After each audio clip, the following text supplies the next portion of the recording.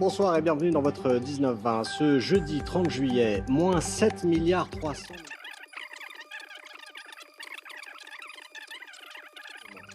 L'espion portable avec ses logiciels cachés dans les smartphones, capable de traquer en permanence son ou sa partenaire sans laisser aucune trace. Une pratique totalement illégale, mais nous verrons qu'elle est de plus en plus répandue. C'est devenu un nouvel outil numérique dans les violences conjugales.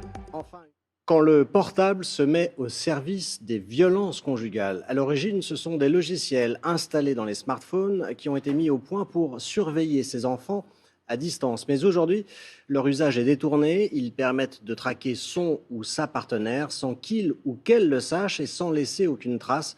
Un espionnage sans consentement, passible de 2 ans de prison et 60 000 € d'amende, mais qui pourtant est de plus en plus utilisé en France. Les explications de Rama Miri et Claire-Marie Denis. Paola est une mère de famille toujours sur ses gardes. Il y a 6 mois, elle quitte un mari violent. Elle ne pouvait pas imaginer que ce dernier parviendrait à l'espionner à distance. Il a réussi à installer un logiciel espion dans son téléphone.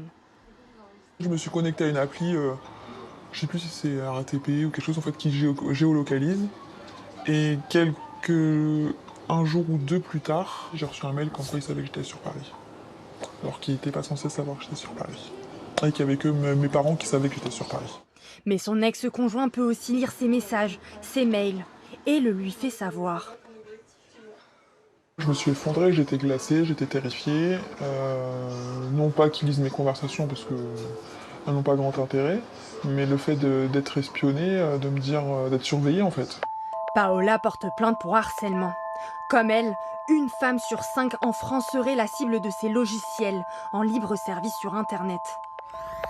À distance, le conjoint envoie un lien à la victime. Sans avoir conscience du danger, elle clique et télécharge le logiciel espion. Si le conjoint a accès au téléphone, il peut installer l'application directement. Impossible pour la victime de cacher quoi que ce soit. On va avoir accès à l'intégralité du téléphone, à savoir le calendrier, les contacts, les sites web visités. On peut faire des captures d'écran. On peut également accéder à la messagerie instantanée.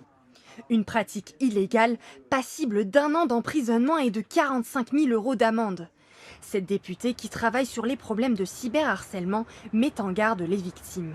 Il faut absolument que la victime en fait, aille déposer plainte avant de faire retirer ce logiciel espion, parce qu'en fait ça va permettre aux forces de l'ordre de pouvoir prouver justement ce délit, le délit donc de géolocalisation en temps réel, qui est un véritable fléau. Ces logiciels espions sont de plus en plus utilisés. Le nombre d'installations a bondi de 50% en 1 an. Et c'est la fin de ce 19-20. À 21h05, votre série policière disparue, avec toujours Alix Poisson, François-Xavier de Maison et encore Pierre-François Martin Laval, pardon. Prochain rendez-vous avec l'info le 23h sur France Info, Canal 27, avec, là je suis sûr, Martin Baumer.